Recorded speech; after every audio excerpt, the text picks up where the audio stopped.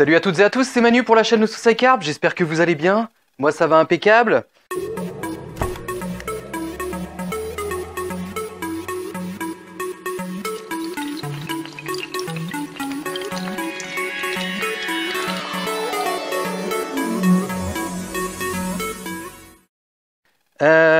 Bon bah on est toujours confinés quoi, hein.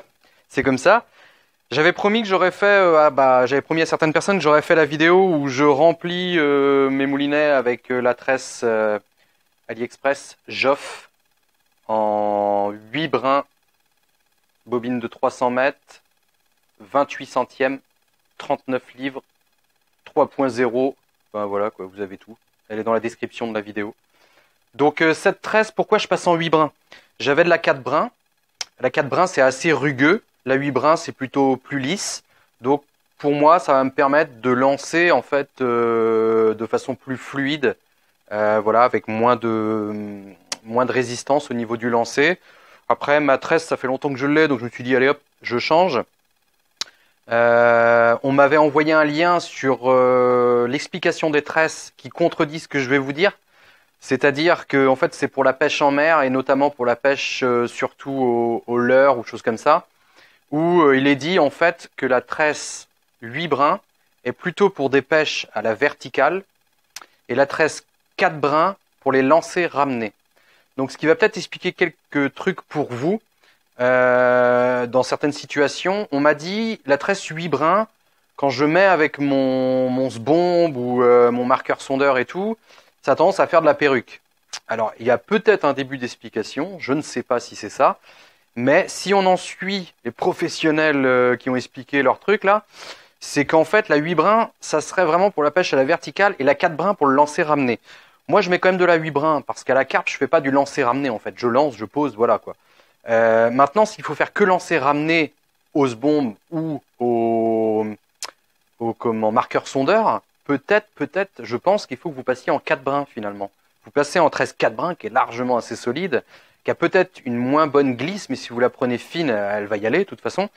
Et peut-être vous aurez moins de perruque à voir. En tout cas, moi pour le coup, c'est pas pour le sbombe, c'est pas pour le marqueur sondeur, puisque j'utilise très peu ces méthodes. Donc, et si j'ai besoin de les utiliser, ça va être à courte distance, donc je vais pas fouetter comme un... Voilà. Donc pour le coup, moi je préfère passer en 8 brins pour avoir une tresse plus fine, plus glissante. Et voilà, parce qu'elle est plus fine parce que simplement, il faut s'imaginer qu'il y a 4 taurons en fait définis en brins qui vont être donc pour la 4 brins, je veux dire, qui vont être tressés ensemble. Donc forcément, si vous prenez 4 ficelles que vous les tressez, bah, il va y avoir plein de creux. Si vous prenez 8 ficelles et que vous les tressez, ça va être déjà plus rond, quoi. Il y a moins d'intercystes dedans et tout ça. Donc voilà. Puis j'avais envie de changer. Et moi, ce que j'ai fait, au lieu de partir sur une grosse bobine, je me suis déjà fait avoir. Faut calculer ton tour de manivelle pour être sûr de répartir bien sur tous les moulinets. Au prix où elle coûte, là, sur AliExpress, j'ai préféré prendre 4 bobines de 300 mètres pour charger mes 4 cannes avec une bobine. C'est-à-dire que je vais charger. Quand je vois que j'arrive au bout, j'arrête, je prends une autre bobine pour l'autre et tout. Voilà. Parce que là, j'en ai eu pour, je crois, 25 € maximum les 4 bobines, donc 1200 mètres. Voilà quoi. Donc, je vais mettre, ce que là, confinement oblige, j'ai pas pu aller chercher parce que je vais mettre une tête de ligne à la fin, je vais vous montrer le nœud que j'utilise, qui est le même que ce que je vous ai montré déjà avant, mais il va falloir sûrement faire plus de tours avec cette tresse-là qui glisse mieux, enfin on va en parler tout à l'heure, qui glisse plus.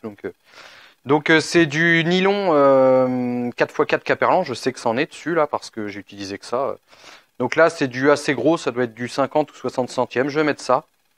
50 centièmes c'est bien je trouve. Et en fait, je vais mettre ça après. Donc, je savais qu'il m'en restait heureusement sur un vieux moulinet. Donc, je vais passer ça dessus pour vous montrer le nœud et puis montrer la quantité que je charge à peu près, quoi. Donc, c'est parti. Ici, je me suis bricolé. Alors, ça, c'est une bobine de filament, imprimante 3D. J'ai coincé entre 2 bouts de carton. Alors, ça patine un peu. Mais c'est pas grave, on va voir si ça enroule bien. L'idée, c'est de récupérer quand même la tresse que j'ai dessus parce que ma 4 brins, là, j'en ai quand même une petite quantité quoi et Et je me dis, elle pourrait très bien me servir pour garnir des moulinets qui me servent moins ou choses comme ça, quoi. Enfin, dommage de gaspiller, quoi. Donc, je vais faire un petit nœud autour. J'espère que mon système il va pas patiner trop. Tac. Hop. Je vais couper l'excédent. Un peu. Tac. Donc là, j'ai pas mis le grand brin de macane parce que même une 10 pieds, quand on est en intérieur, tout de suite, ça prend de la place. Et puis, ça serait dommage de la faire tomber. Donc, je la pose comme ça. J'ai ouvert mon pick-up au préalable. Et hop, c'est parti.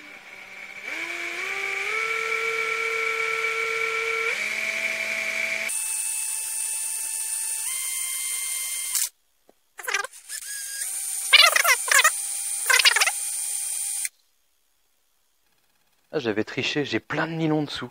Ce que je vais faire, ça va être bien, je vais en laisser. Je vais en laisser. Parce que j'ai quand même pas mal de nylon dessous.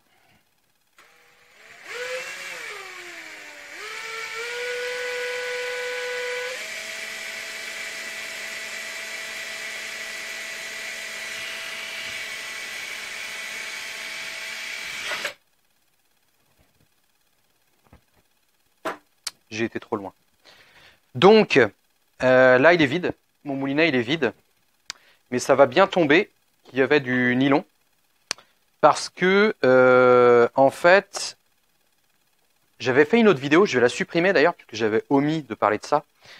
Normalement, avant de charger de la tresse sur un moulinet, il faut lui charger, soit vous faites des tours avec de la laine. Moi, je faisais ça quand j'étais plus petit. Je savais même pas pourquoi je faisais ça. Les anciens m'avaient dit, tu mets de la laine. Je pensais que c'était pour économiser du fil. Non, en l'occurrence, surtout avec de la 8 brins. La 4 brins, je dirais à la limite, elle est rugueuse. Sur la quantité, ça va plus vous allez mettre en quantité, plus ça sert sur la bobine. Donc voilà.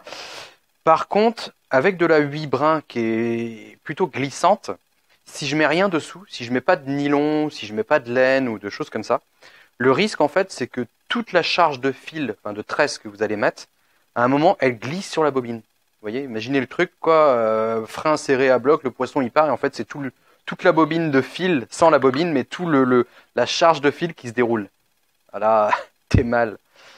Donc ici, ouais, ça va le faire. Je vais laisser mon nylon. Vous voyez, là, elle est vide ma bobine. Je vais remettre un peu de nylon.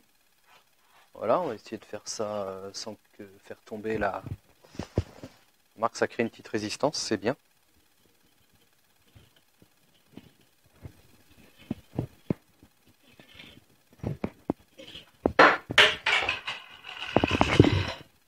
Ça, c'était pas prévu. Voilà, ça va suffire. J'ai mis une petite charge. Hop, on va couper. Je vais vous montrer.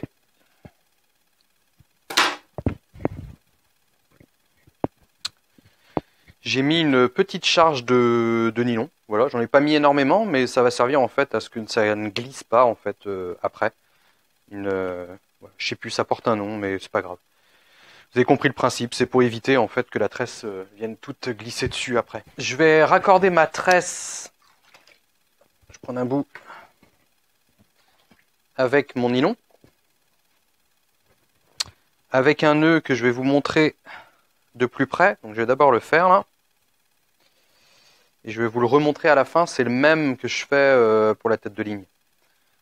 Hop, donc je vais le faire là.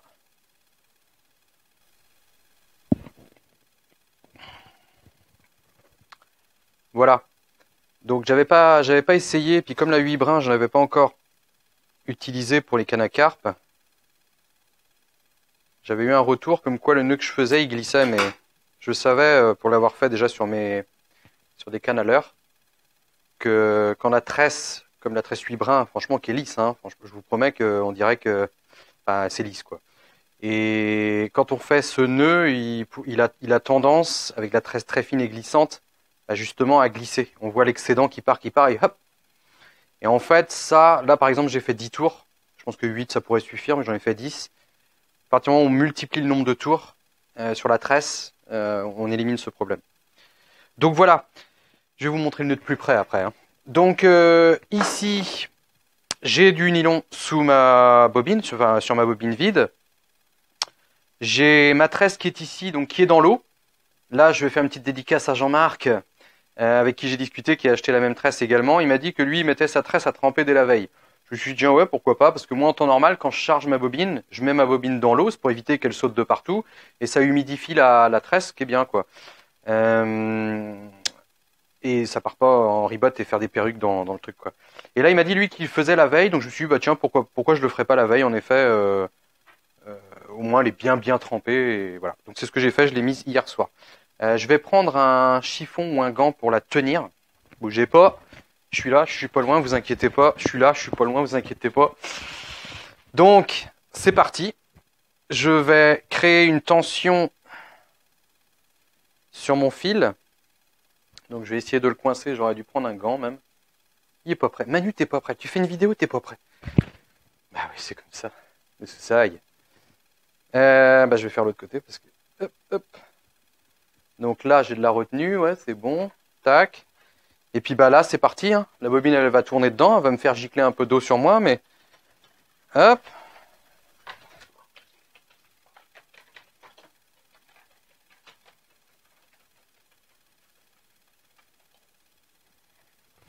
Voilà, je vais pas aller beaucoup plus loin. Je sais pas combien il me reste. Ah, pas énormément, hein. J'aurais presque pu tout mettre. Alors après, je vais vous montrer que mon moulinet doit avoir un problème de... Il faudrait réajuster. Alors, à voir dans le temps. Vous voyez, la charge, elle est pas bien faite. On s'est plus chargé en haut qu'en bas. Il faudrait que je vous montre comme ça. C'est légèrement plus chargé en haut qu'en bas. Alors tout ça va peut-être se repositionner un petit peu lorsque je vais faire des lancers ramenés dans l'eau pour... parce que j'aime bien en fait, après, aller avec un plomb. En plus, moi je suis devant la rivière. Et je fais des petits jets comme ça, et de plus en plus fort.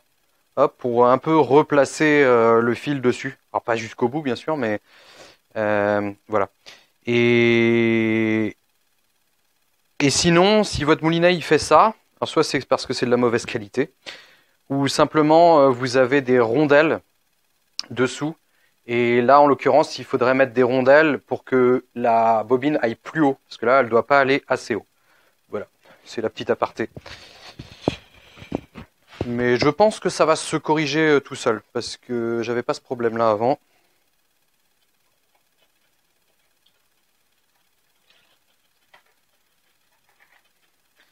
Alors j'en charge un peu plus, parce que c'est pas rare d'avoir des petites perruques au départ. Au tout départ.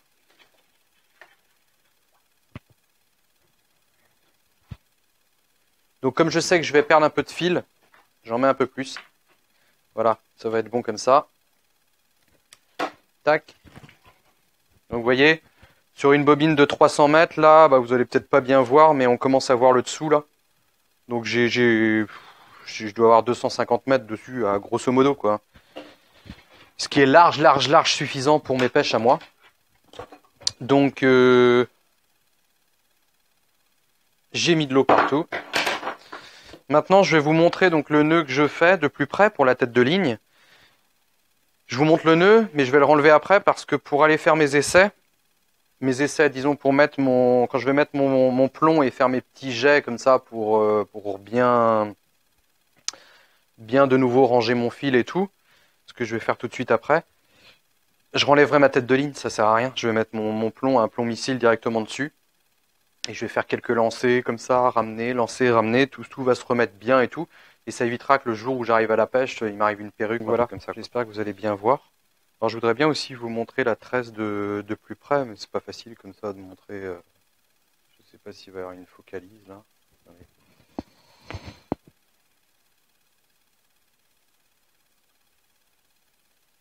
Voilà. Ça vous permet de voir un petit peu. Mais franchement, elle est très douce. Elle est très douce. Donc, et puis je vous montre bien l'étiquette. Voilà. Donc maintenant, je prends mon nylon qui va me servir de tête de ligne. Je prends ma tresse. En fait, je fais le même nœud de chaque côté. C'est-à-dire que c'est le nœud de cuillère, je crois, ou le nœud baril, on en a déjà parlé plusieurs fois. Donc je les croise simplement comme ça. Hop. Côté tresse, je vais donc faire 1, 2, 3, 4, 5, 6, 7, 8. Voilà, 8 ça va aller, je pense. Je repasse dans la boucle qui est formée au départ, si j'y arrive. Hop. Voilà, donc c'est un nœud qui va venir se serrer en fait sur l'autre fil, tout simplement. Hein. Tac. Moi j'aime bien serrer un peu avec les nœuds. Ensuite, côté nylon. Donc le nylon qui lui est là, hein, et ça lui est serré dessus. Je fais la même. Hop. 1. Mais je vais en faire moins de tours. 2, 3, 4, ça va suffire. Vu la taille du nylon, par expérience, je fais jamais trop plus de tours et j'ai pas de soucis. Là par contre le nylon c'est bien de bien l'humidifier parce que c'est un matériau qui a tendance à chauffer quand on le frictionne dur. Tac. Voilà. Je vais tirer un peu.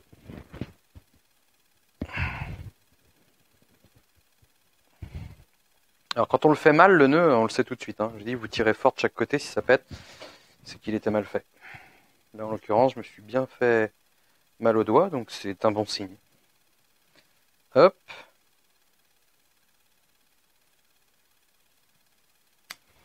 Hop. Voilà. Donc là, je peux tirer. Il n'y a rien qui glisse. Ça fait mal au doigt. Et vous voyez, le nœud, il est... Oula, ma canne va tomber. Et vous voyez, je vais essayer de faire une focalise. Donc le nœud, il est là. Beau, pas beau, on en pensera ce qu'on voudra. On peut brûler l'excédent. Moi, je le fais pas forcément. J'aime bien le laisser comme ça. Ou des fois, je brûle, ça dépend. Mais souvent, je le laisse comme ça me gêne pas. Je fais souvent attention en fait que le nœud au moment avant de lancer en fait, idéalement si vraiment il est gênant, vous sentez des accroches, vous faites en sorte de le mettre dans le bas de la bobine en fait. Et sinon vous brûlez, vous faites ce que vous voulez. Ou vous faites un autre nœud si ça vous plaît mieux. Voilà, moi c'est celui que je pratique et ça va très bien. Une fois qu'on a fait ce nœud, la bobine je vais la mettre dans l'eau aussi. Là moi j'aime bien compter 10 tours à peu près. Je sais que mon moulinet il a un tour de manivelle qui fait entre 90 cm et 1 mètre, je crois. Donc je fais 10 tours, ça fait à peu près 10 mètres hein, à la louche. Maintenant, si vous voulez mesurer votre tour de manivelle, si ça vous intéresse, sur la mesure que ça fait, vous prenez votre canne à pêche, vous la posez au sol, avec le fil sorti, vous mettez un plomb par exemple au bout, vous faites une petite marque au sol ou vous mettez un objet qui vous donne la distance où est votre plomb avec le fil tendu. Vous faites un tour de manivelle, sans bouger la canne bien sûr, un tour de manivelle, tac, et ensuite vous allez mesurer de combien s'est déplacé votre plomb, ça vous donne à peu près le tour de manivelle, sachant que c'est pas le même entre une bobine pleine et une bobine vide, et vous faites une moyenne quoi. Donc là je vais faire 10 tours, et ben non je vais pas les faire parce que je vais les renlever après pour... En gros, voilà, je vous le fais pas parce que j'ai envie d'aller lancer et je mettrai ma tête de ligne après. Donc en gros, je fais comme ça et là, je vais compter 1, 2, 3, 4, 5, 6, 7, 8, 9, 10 et clac, je coupe. Je vous le fais pas parce que ça va me donner du boulot supplémentaire. Il n'y a pas besoin d'avoir un. C'est suffisant comme ça. Donc tac, voilà. Donc je vais faire toutes les bobines comme ça. Vérifier en même temps si ça revient bien. Ce qu'il y a, c'est que on va aller ensemble directement faire le truc avec le plomb. Allez, on y va. Bon, voilà, nous voici devant la maison. Pourquoi je fais ça au bord de l'eau? C'est à privilégier quand même, parce que je vais avoir une résistance permanente, continue et quasiment la même sur tout le ramener que je vais faire. C'est important, parce que si vous faites ça sur l'herbe, une bêtise, vous avez un grand terrain, vous jetez sur l'herbe, vous ramenez. Vous avez intérêt de tenir votre fil dans la main parce que sinon à chaque fois que le fil va se détendre, se retendre à mesure que le plomb saute, vous allez enrouler un truc pas terrible quoi. Donc là, en l'occurrence, je l'annonce, je pense qu'il va y avoir de la perruque, on va voir.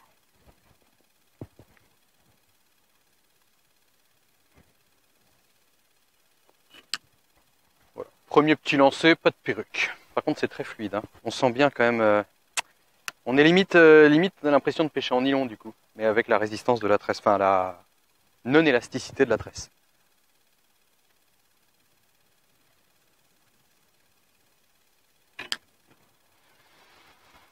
Bah, ma foi, ça n'a pas l'air de perruquer.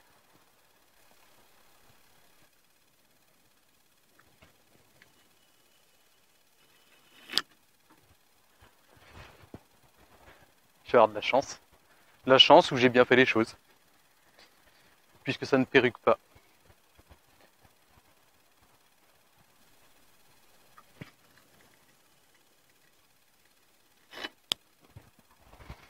Non, bah ma foi, impeccable. Je sais pas pourquoi je me rapproche comme ça, j'ai un micro. Faut que je lance fort.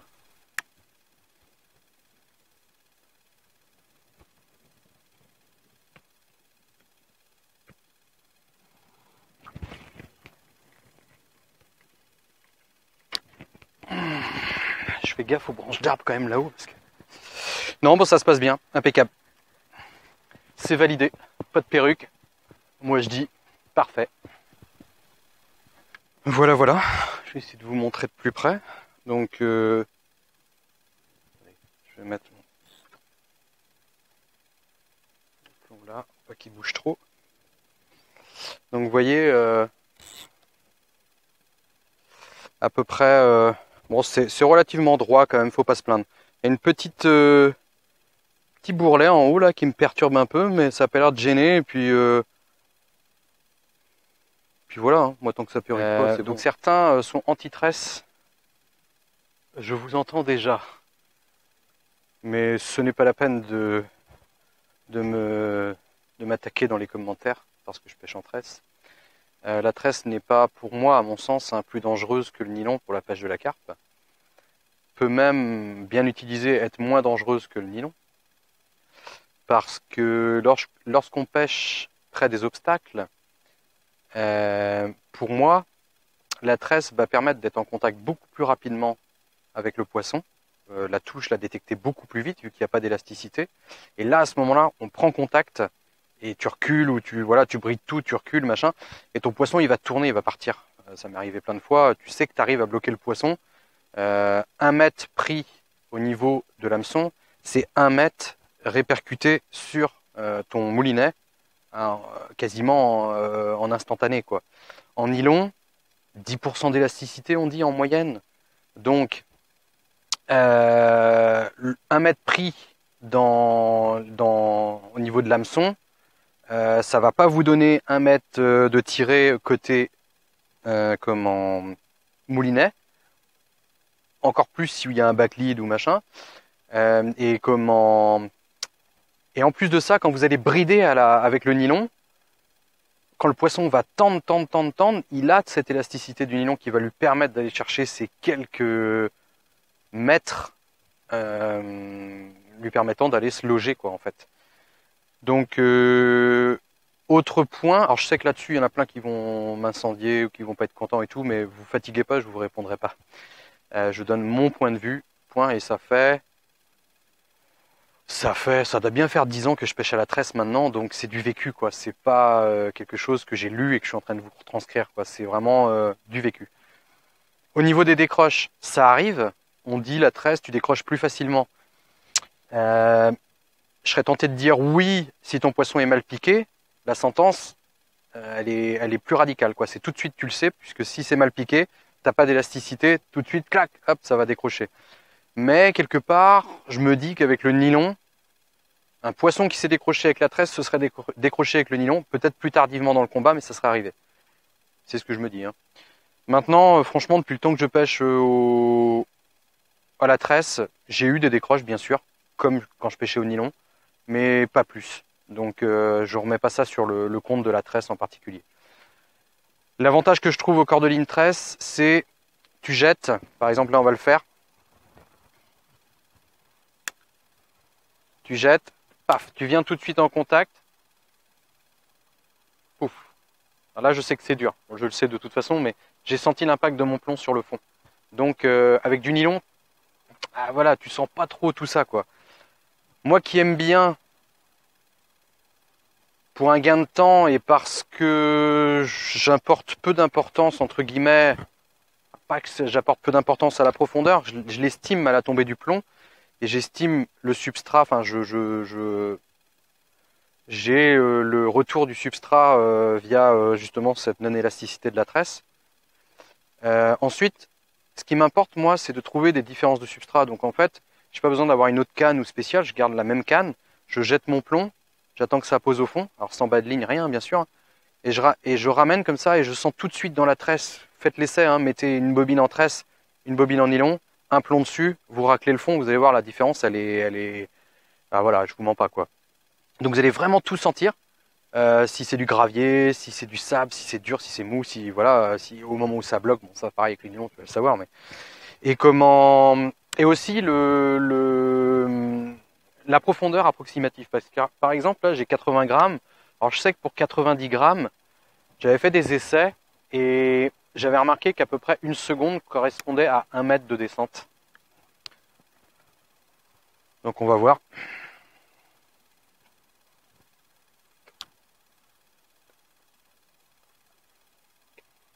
J'ai compté 4 secondes. 4 secondes, c'est à peu près ça. Je connais bien l'endroit. On est à un petit peu plus, un petit peu moins. Ça varie un petit peu, mais on est dans une profondeur moyenne de 3,50 m. Ça va jusqu'à 5 mètres et par endroit 3 mètres, 1,80 m quand il y a des bosses. Mais c'est ça. Donc ça donne vraiment une différence. Si vous savez qu'il y a un haut fond, par exemple, à un endroit, vous jetez, vous fermez le pick-up et vous tenez votre fil juste au moment où le plomb touche la surface. Tac, tu sens tout de suite, s'il a mis très peu de temps à descendre, tu vas avoir le retour tout de suite et voilà. Donc il y a les anti-tresses.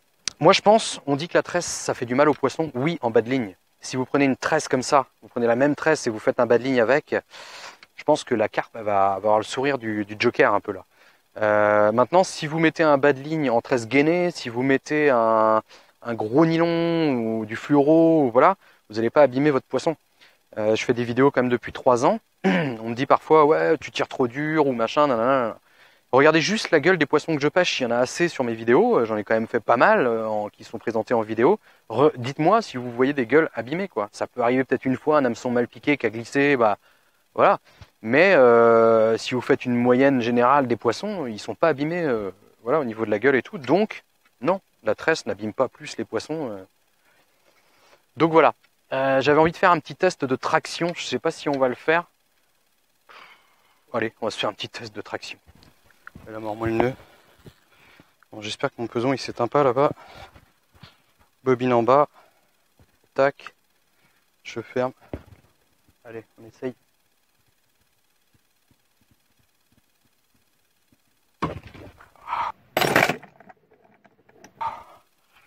Belle perruque.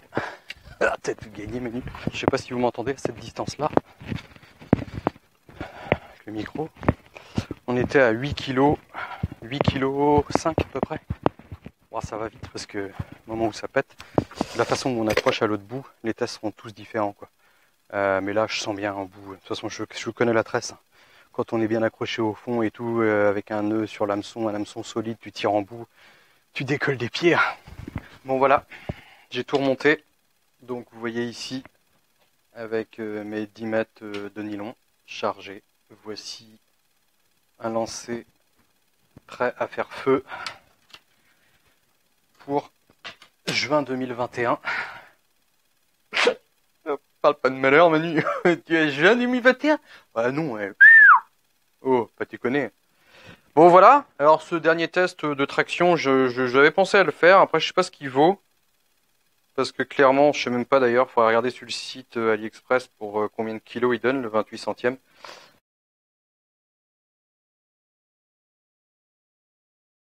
J'ai bien senti quand je tirais en bout quand même que tu tires quand même, hein, et là tu te dis, ça a quand même de la résistance, quoi. Les 8,5 kg, ils ont peut-être aucune valeur de ce que je vous ai montré, mais bon, c'était pour m'amuser. En attendant, voici cette vidéo faite. Elle annulera l'ancienne vidéo sur comment mettre ta tresse sur tes moulinets. Je pense avoir tout dit. J'espère que j'ai rien oublié. Donc également dans le descriptif, ils disent que la tresse est à un traitement de la surface en fait pour la rendre un peu plus coulante.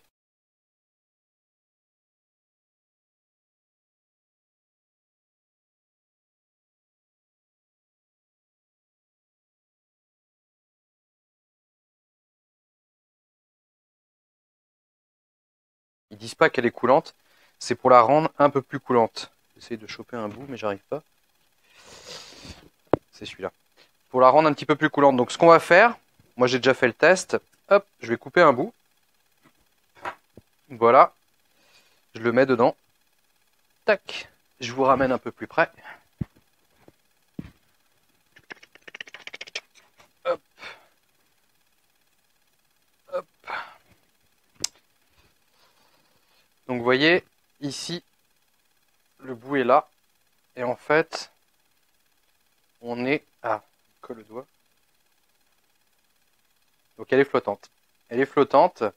Elle a tendance quand même un petit peu à être entre les deux, je dirais. Voilà. Semi-plongeante, quoi, on pourrait dire. Un peu comme des leurres. Mais ce qui n'est pas pour me déplaire, et je vais vous expliquer pourquoi. Alors, je crois vous avoir déjà fait un dessin, je me rappelle plus quand, mais pour parfaire cette vidéo, je vais vous le refaire. Donc, pourquoi je veux de la tresse flottante? Tout simplement, et ça, je l'avais pas choisi au départ. On va imaginer que ça, c'est la rivière. Voilà, pas obligé de dessiner une berge en face. On va avoir la canne qui est ici. Voilà.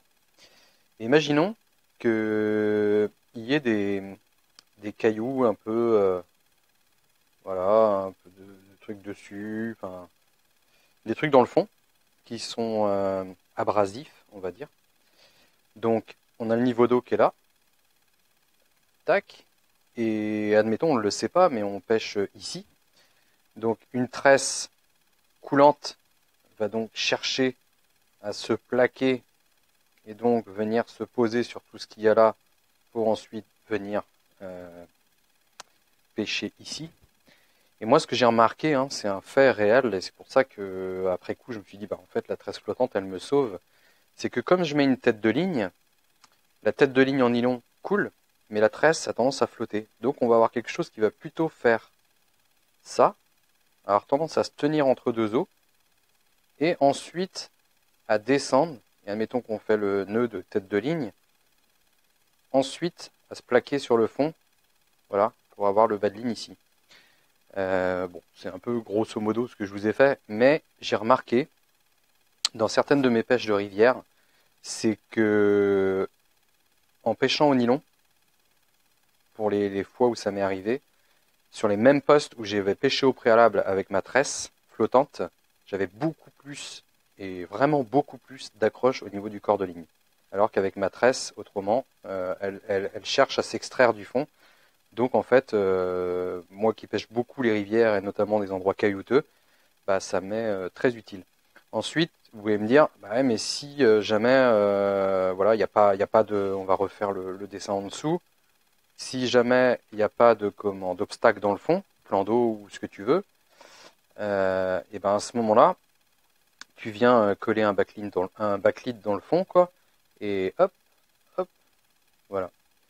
L'un n'empêche pas l'autre. C'est-à-dire que avec une tresse coulante, on va dire, ou un nylon, tu peux pas le faire flotter. Enfin, difficilement, sans rajouter des flotteurs ou des choses comme ça. Tandis qu'une tresse flottante, tu peux la couler. Voilà. C'est pour ça que je trouve que ça a plein d'avantages et que je suis content que cette tresse-là soit plutôt flottante que coulante. Voilà, voilà. Et je vous dis sûrement un mercredi prochain. Et en attendant, occupez-vous bien. Bisous.